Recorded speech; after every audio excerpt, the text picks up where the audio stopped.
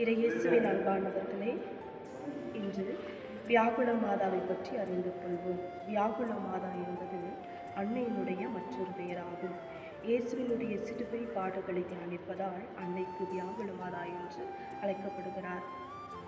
வியாகுலம் என்பது துன்பம் அல்லது வேதனை என்று பொருளாகும். இயேசுவினுடைய சிலுவை பாடுகளை தியானிக்கும் பொருட்டு வியாகுல அன்னை என்று அழைக்கப்படுகிறார்.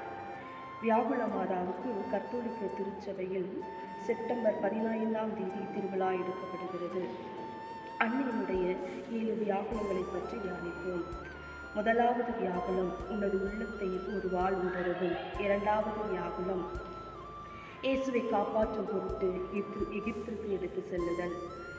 மூன்றாவது வியாகுலம், இயேசுவை கோவிலில் 4 நாள் கழித்து கண்டுபிடித்தது. நான்காவது வியாகுலம், இயேசு சிலுவை சுமந்து கொண்டு வரும் பொழுது தாயும் மகனும் சந்தித்தது. ஐந்தாவது வியாகுலம், இயேசு சிலுவையில் உயிர்விட்டது.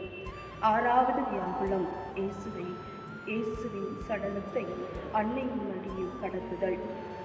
ஏழாவது வியாகுலம், இயேசுவை கல்லறையில் அடக்கம் செய்தனர். மரியாவினுடைய இந்த 7 வியாகுலங்களும் நம்மளுடைய வாழ்க்கை பாடங்களை நமக்கு தருகின்றது. துன்பங்கள் என்பது வெற்றிக்கான முதல் படி என்பதை உணர்ந்தவர்களாக அன்னையோடு இணைந்து, வியாகுல அன்னையோடு இணைந்து ஜபமாலைகளை ஏறெடுப்போம். ஜபமாலையானது வெற்றியின் மாலை, நோயின் சுகம் தரும் மாலை, வரங்கள் தரும் மாலை, சாட்சியத்தின் மாலை என்பதை உணர்ந்தவர்களாக தினமும் ஜபமாலை செபிக்க அன்னையிடம் வர வேண்டுவோம்.